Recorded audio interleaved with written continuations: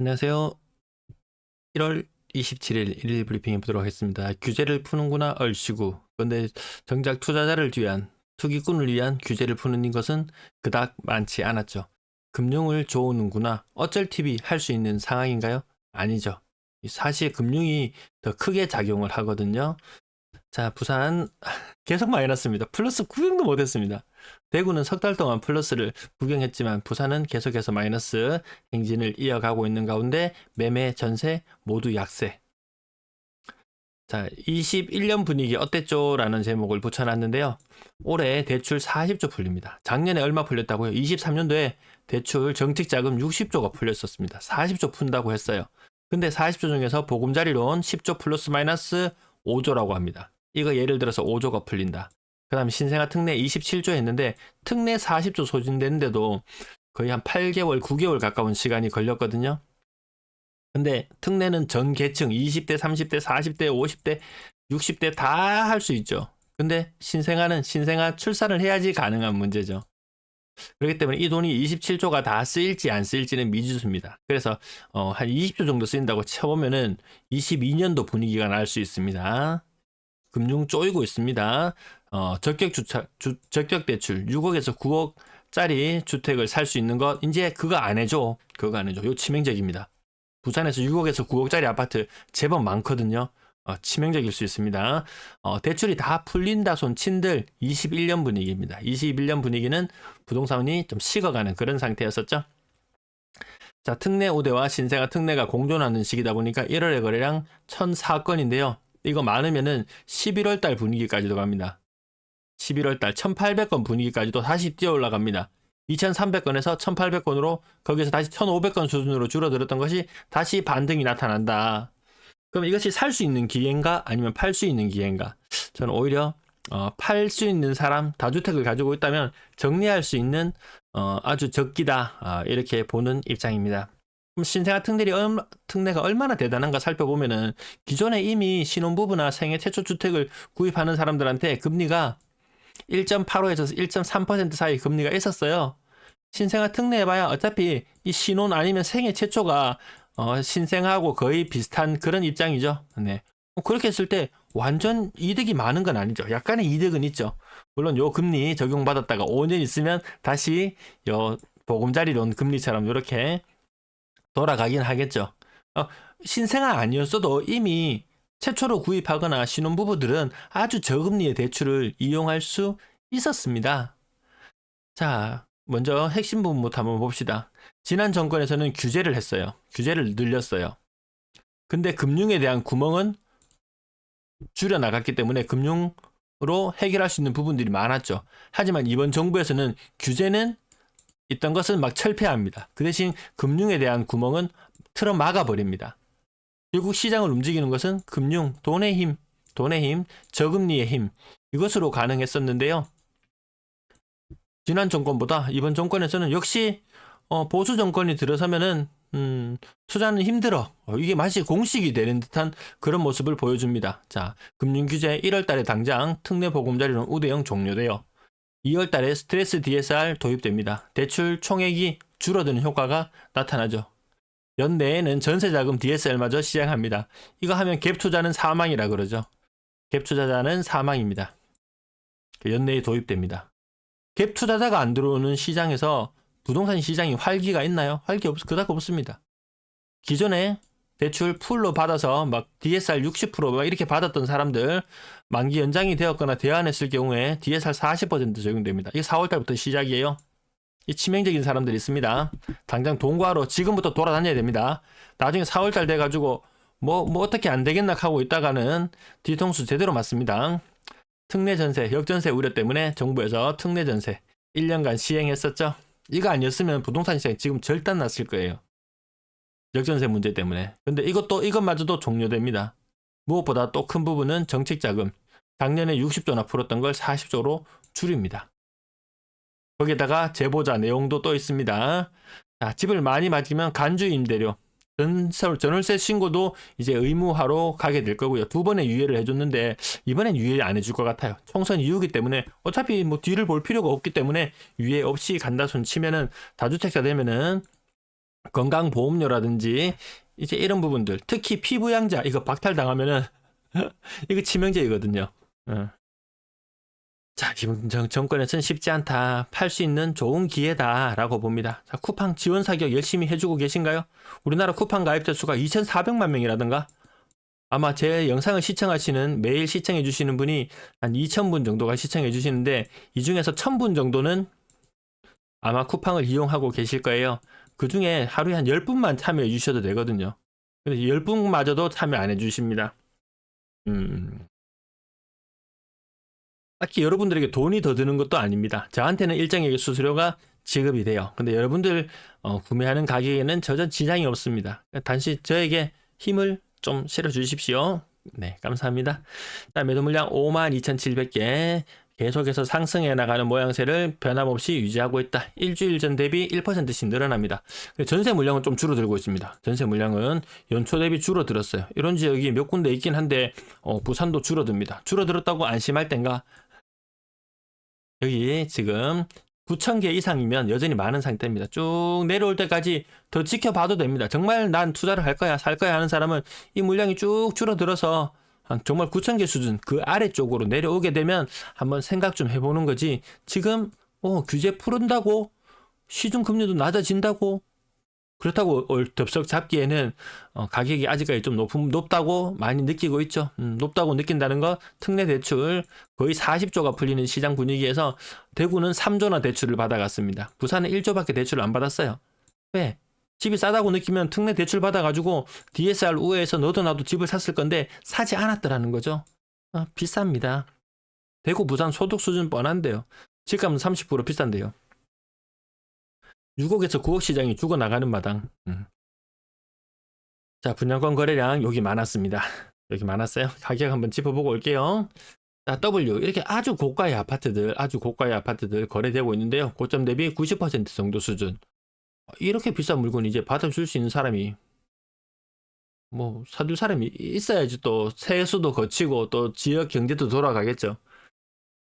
국비 중에서 지방 교부금으로 내려오는 돈 중에서 거의 절반 정도를 기초노령연금 지급에 사용해야 되는 수준이라고 하니까 빈곤도도 심하고 돈 많이 낸 사람 좀 필요하긴 합니다. 자, 6억에서 9억 사이 아파트 제법 많이 존재하는 부산 지역 상당히 타격받을 우려가 있다. 적격 대출이 중단이 되니까 해운대 비스타동은 고점 대비 37% 하락. 일강 신도시 40평이 7억 6천. 그러면 9평이라면 6억 조금 넘어가는 그런 수준? 6억 전후의 가격? 네.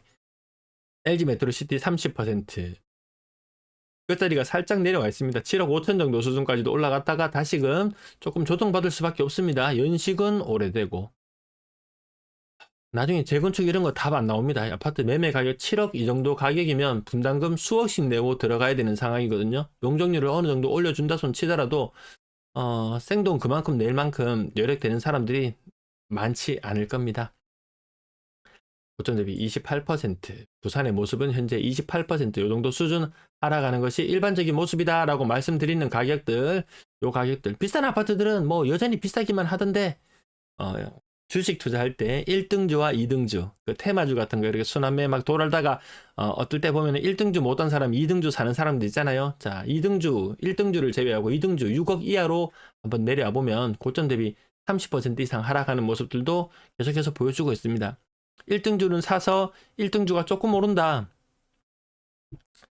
차트를 잠깐만 볼게요. 1등주를 샀을 때 느낌은 치고 올라가요. 1등주를 못 샀어요. 그러면 대다수의 개미들은 2등주, 그래 따라가는 합니다. 따라가는 신용은 합니다. 얘가 정체를 합니다. 1등주가. 그러면 2등주는 어떻게 됩니까? 가격이 빠집니다. 1등주가 가격이 조금 떨어집니다. 2등주는 꼬라박습니다. 지금 시장 분위기는 댓글에 이렇게 남겨주시더라고요. 지금 시장 분위기는 여기에 가까운 것 같습니다. 자, 크게 하락한 것만 짚어볼까요? 평균 28% 이상 하락하는 모습만 보겠습니다. 대연 파크프루죠. 고점 대비 37%. 8억짜리가 5억이 됐습니다. 자, 막차 타라. 6억 이상 DSR 우회해서 살 수 있는 마지막 기회다. 막차 타라. 라고 했던 이런 사람들, 네, 주택 가격이 빠졌죠. 아까 4월달 이후부터는 대환이나 아니면 만기 연장이나 이런 거 할 때 DSR, 새로운 DSR을 40% 적용받거나 이렇게 되면은 이 아파트 층이 버텨낼 수 있을까? 아까 2등주 차트에서 보여드렸다시피 1등주가 서울 수도권 하락하고 있죠. 1등주가 하락하는 분위기 가운데 2등주는 급락을 맞이할 수 있다. 1등주가 급락을 한다면 2등주는 정말 뼈도 못 추릴 정도. 그게 1년 전 이맘때의 모습이 아니었나 싶습니다. 사람들은 또 일정 부분 가격이 만회를 하니까 또다시 망각합니다. 그래, 부동산은 무조건 우상향이지. 이 심리에 젖어가지고 계속해서 바라본다면은 큰 고난의 시기를 피해가기 힘들 것이다. 그렇게 피해가기 힘든 물건이 시장에 내던져지면은 누군가는 또 기회를 잡게 되겠죠. 자, 제 시청자들은 그런 기회를 잡을 수 있는 그런 분들이 많았으면 좋겠습니다. 그렇다고 큰 폭등을 바라지도 않았으면 좋겠습니다. 왜? 저는 큰 폭등도 생각하고 있지는 않습니다. 시간 조정을, 기간 조정을 거치고 난 이후에도 네, 큰 폭등은 아닙니다. 다만 안정적인 주거는 어느 정도 확보하는 것이 정신 건강에 굉장히 이롭겠더라. 네, 30% 이상 하락하는 모습들 많이 목격할 수 있고, 하단 부분은 1등주가 무너지니까 2등주, 3등주는 40% 이상 하락하는 것들도 나온다라는 부분. 또 가격 더 밑에 아랫부분까지 체크해 보시면요, 더 많이 빠지는 것들도 나오죠. 거의 50% 반토막 나는 것도 나옵니다. 시장 분위기는 현재 이러하다는 것까지 기억해 주시면 되겠고요. 분양권 매도 물량은 올해 들어서 계속해서 늘어나고 있습니다. 전주 대비 매물이 100개나 증가했습니다. 100개나. 거래도 제법 있었습니다. 거래도 제법 있었지만 늘어나는 곳들이 굉장히 더 많더라. 여기 잠깐 차트가 잠깐 대연동 파크 푸르지오, 네, 거래 좀 되었지만 매물도 많이 늘어나더라. 오히려 매물이 늘어나는 속도가 더 빠르더라. 일정 부분 거래가 완료되고 나면 저기도 굉장히 소강 상태를 보일 우려가 있습니다.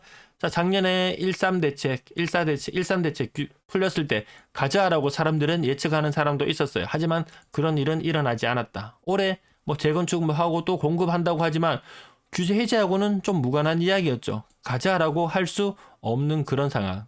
매수 우위 지수는 지금 10입니다. 10. 아주 볼품없다. 60 이상까지 가야지 뭔가 꿈틀꿈틀 할 텐데요. 울산은 한 45까지 갔다 왔어요. 거의 한 50까지 갔다 왔나? 근데 50까지 울산은 다녀왔어요. 부산은 근처도 못 가더라. 못 가는 데는 그만한 이유가 있는 거더라. 네. 아파트 거래량 65건 있었고요. 시뮬레이션 1월달 거래량 정점으로 차츰 줄어나가는 흐름을 보일 것이다. 이렇게 전망을 하고 있습니다. 건당 거래대금 4억, 3억 7천, 3억 5천 이렇게 2차 충격으로 내려와 있고요. 건당 거래대금이 계속 올라가기는 힘들다. 왜? 6억 이상 고가의 아파트들 거래가 많지 않으니까.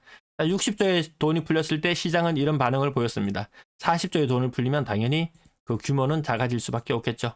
특히 6억에서 9억짜리 적격 대출이 막혀버린다. 그러면 얘는 진짜 더합니다. 더해요. 더. 과거에 정말 이런 시절 2022년도의 느낌처럼 이렇게 거래가 소강 상태를 보일 수도 있습니다. 그래서 아주 고가의 아파트들 가격이 덜 떨어졌을 때 팔 수 있으면 파는 것도 나쁘지 않다. 두 채, 세 채 가지고 있다면 한 채로 그냥 사는 사람이라면 뭐 사는 거겠지만 네, 그렇게 생각해 볼 수도 있다라는 부분까지 말씀을 드리고요. 분양권 거래. 자, 특정 지역 때문에 확 늘어났지만 전반적으로 매물은 늘어나고 있는 그런 상황이다. 전월세 시장은 특별한 내용이 없고요. 앞부분 좀 길어져서 오늘은 여기까지 마치도록 할게요. 여기 메아리 현상 제가 말씀드렸던가요? 이렇게 메아리 치면서 올라가서 다시 떨어진다. 6억 이상 비율은 다시, 왜? 이때 매매 가격이 빠졌기 때문에 전세 가격이 이렇게 빠져나갑니다. 마찬가지로 매매 가격이 떨어져 있는 상황이기 때문에 전세 가격도 마찬가지로 그 궤를 같이 한다. 네, 그래서 누군가는 또 오늘 뉴스 제목에는 4월 올해 되면 이제 2+2 전세 살았던 사람들 그 만기가 도래한다. 그러면 폭등으로 갈 수 있을 것인가? 아닙니다. 그간 아파트 매매 가격이 거의 30% 가까이 떨어져 있고 주변의 전세 가격도 30% 정도 떨어져 있는 매물이 많기 때문에 이거 폭등할 일은 없을 것이다. 이렇게 말씀을 드리면서 시청 감사합니다. 아이고, 제가 차트를 요거 잠깐만 역순으로 잠깐만 재생을 해서 보여드릴게요. 네, 아까 요 부분 설명드렸고요. 그래도 이거 흔적으로 다 기억은 여러분들이 남겨두셔야 되니까요. 이 정도까지 보여드리면 네, 다 보여드리죠. 네, 시청해 주셔서, 아이고, 이 부분도 못 보신 분 계시려나? 네. 네, 시청해 주셔서 감사합니다.